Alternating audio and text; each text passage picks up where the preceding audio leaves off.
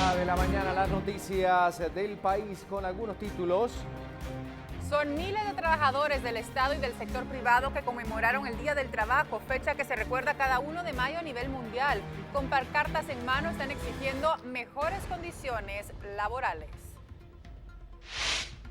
Además, salieron de Guatemala muy motivados con un objetivo en mente y lo logran. Dos chapines marcan el paso en la media maratón de Long Island en Nueva York y hacen una historia importante en su experiencia. Y esta semana deberá seguir el trámite del proceso de antejuicio contra 8 diputados del partido oficial, cuyo proceso fue autorizado por la Corte Suprema de Justicia. Esto tras la denuncia de la gobernadora departamental de Alta Verapaz, Estela Ventura, quien nos acusa de racismo y presiones.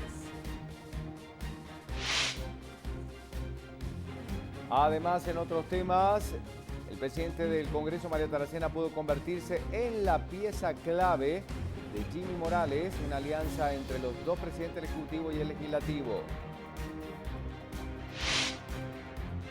Y Comisión de la Juventud del Congreso de la República señala al Instituto Adolfo Bejol de discriminar a las alumnas embarazadas y a las personas homosexuales, por lo que exige que se realicen cambios urgentes en el reglamento de este centro de estudios. Noticias del mundo, gobierno venezolano adelante horario ante la crisis energética, otra de las tantas medidas que está tomando Maduro. Y en Cuba también miles de personas marchan por el Día del Trabajo y vemos la popular Plaza de la Revolución completamente llena.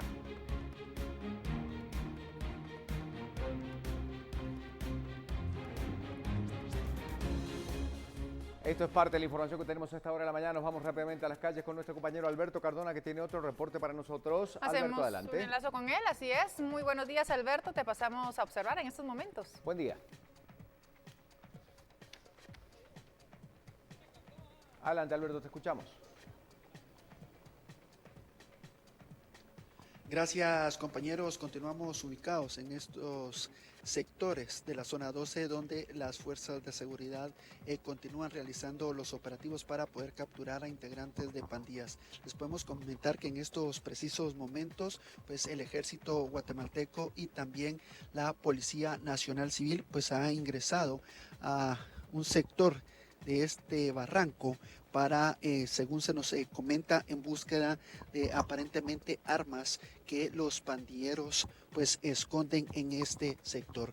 Ustedes observan a los agentes policíacos y del ejército se encuentran ubicados en esta área donde se ha comentado que aparentemente pues las pandillas esconden las armas de fuego. También les podemos explicar que ya continúan haciéndose presentes más fiscales del Ministerio Público. También viene a este sector la unidad canina, tanto de la Policía Nacional Civil como del Ejército que ya ha subido el número de personas capturadas. Ya se habla de por lo menos unas 36 personas que han sido detenidas y están siendo trasladadas hacia un juzgado que se ha colocado en el sector de la zona 6. Extenso número de agentes policíacos también de el Ministerio Público se encuentran ubicados en este sector. Ustedes observan pues a la unidad canina del ejército guatemalteco que en cualquier momento pues estará ingresando a varias viviendas donde también se tiene conocimiento que los pandilleros esconden las armas de fuego. Aquí en este sector ya se ha hecho presente también Julia Barrera.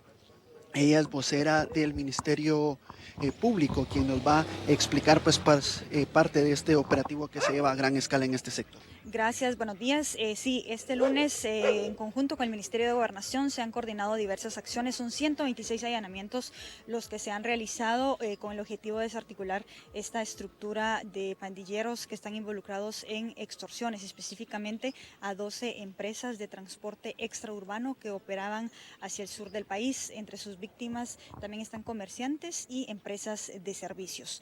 Esta ha sido una investigación muy importante para el Ministerio Público. Estamos hablando de un año de investigación donde se han logrado detectar más de 100 personas, incluyendo menores de edad, que están involucrados en esta estructura, y durante el periodo que se realizó la investigación se logró determinar que llegaron a realizar cobros ilegales por un total de 3 millones de quetzales. Estos cobros los hacían mano a mano o a través de depósitos bancarios y exigían a sus víctimas el pago semanal de este tipo de cobros ilegales. Julia, ¿se tiene conocimiento este grupo delictivo? ¿Por cuántas personas está conformada? ¿Cómo era el tipo de operación? ¿Se habla de algunos menores de edad? Así es, hemos identificado un poco más de 100 personas, entre ellos también menores de edad.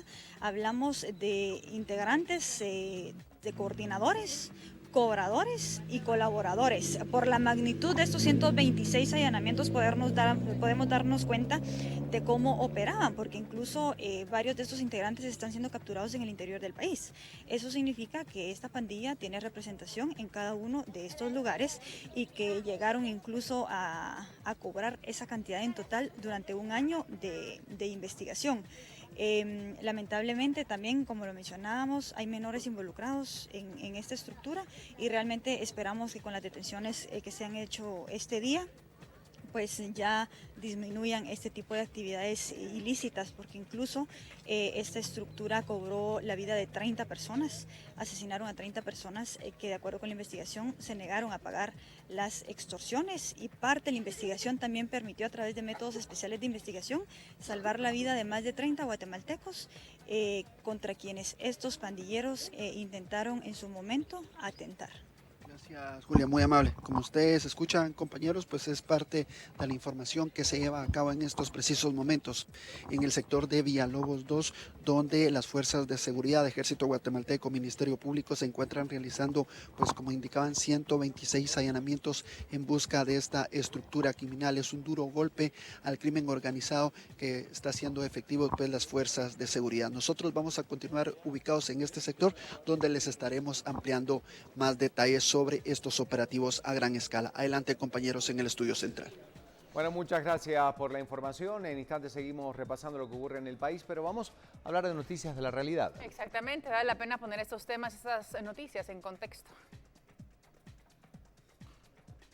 Adelante, María René, con un tema importante. Gracias, Ricardo. Gracias, Anitza. Sí, tenemos que hablar del discurso que ayer pronunciaba el presidente Jimmy Morales a través de las redes sociales. Discurso hablando sobre lo que ha logrado en los primeros 100 días de su gobierno. Hablaba de temas de salud, educación, seguridad, finanzas, infraestructura y también el combate a la corrupción específicamente. Bueno, pues muchos ahora están quizá cuestionando lo que dice el presidente y queriendo conocer un poquito más acerca de los análisis que hacen los expertos y los analistas políticos. Esta mañana le damos la bienvenida vía telefónica a Renzo Rosal. Renzo, muy buenos días y gracias por estar con nosotros.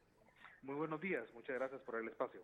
Bueno, Renzo, mira, rápidamente solo quiero que nos hagas quizá un resumen breve y básico de lo que ayer decía el presidente Jimmy Morales. Bueno, creo que el discurso del presidente trata de enunciar, yo diría, tres aspectos fundamentales.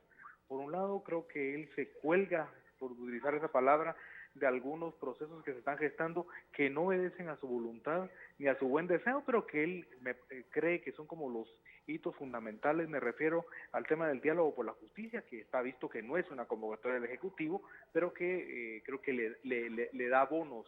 El otro punto importante en esa misma línea es la adecuación presupuestaria, que también él lo ve como un triunfo, digamos, un éxito de su gobierno, que tampoco lo es una medallita más bien del presidente del Congreso, el diputado Mario Taracena. Y un tercer aspecto fundamental que habrá que mencionar es que hay algunos puntos que subrayó en su planteamiento el presidente Morales que están por verse. Es decir, él plantea que se ha mejorado la salud, producto del abastecimiento de medicinas y producto al mismo tiempo del tema de la donación que él ha gestado, y eso primero está clarísimo que las donaciones son un tema muy discutible, que no son sostenibles en el tiempo y que por lo tanto está en veremos. Igual sucede con el tema de educación, que es otro dato que él plantea ahí, 2 o 3 datos en su planteamiento de anoche, que también está en duda. ¿Sabes, Renzo? Te voy a cortar un ratito, porque para las personas que no tuvieron oportunidad de ver este discurso, se transmitió a través de las redes sociales. Solo rápidamente voy a colocar entonces lo que el presidente decía respecto a salud, y ahorita platico contigo nuevamente.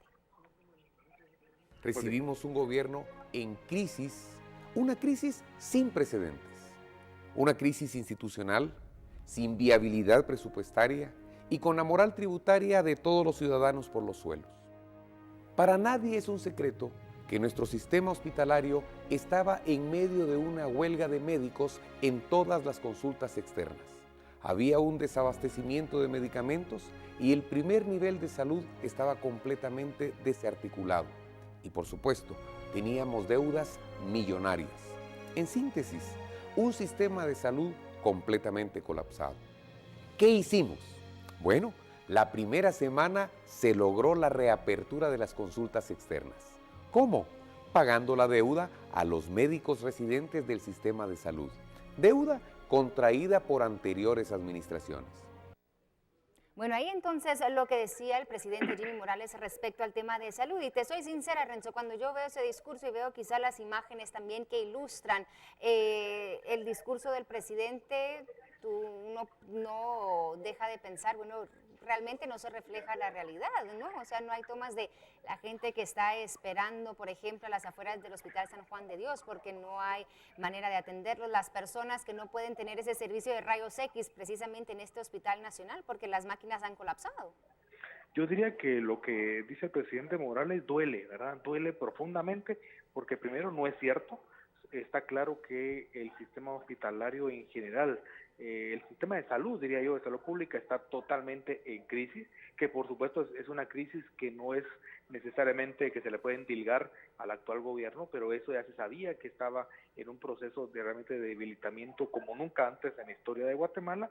Entonces me parece que cuando él habla en pasado, como si la crisis ya se hubiera superado, me parece que realmente es una gran falacia, me parece que es absolutamente criticable, yo diría que casi condenable lo que esgrime el presidente cuando habla de una especie de regularización del sistema de salud, y uno solo falta, como tú bien dices, uno solo necesita ni siquiera ser usuario del sistema, sino solamente acercarse por los lugares donde están los hospitales y se da cuenta de la situación penosa, realmente lamentable, que da como resultado no solamente que el presidente quede mal, porque la realidad supera, digamos, esa ficción que él plantea, sino además creo que el elemento central es que en estos 100 días no ha podido ni siquiera mínimamente establecer una base de control por parte del Ministerio de Salud, de las nuevas autoridades de esa cartera, sobre la tragedia que está imperando. Entonces ni siquiera no se ha solucionado, por supuesto, pero ni siquiera se ha podido mitigar.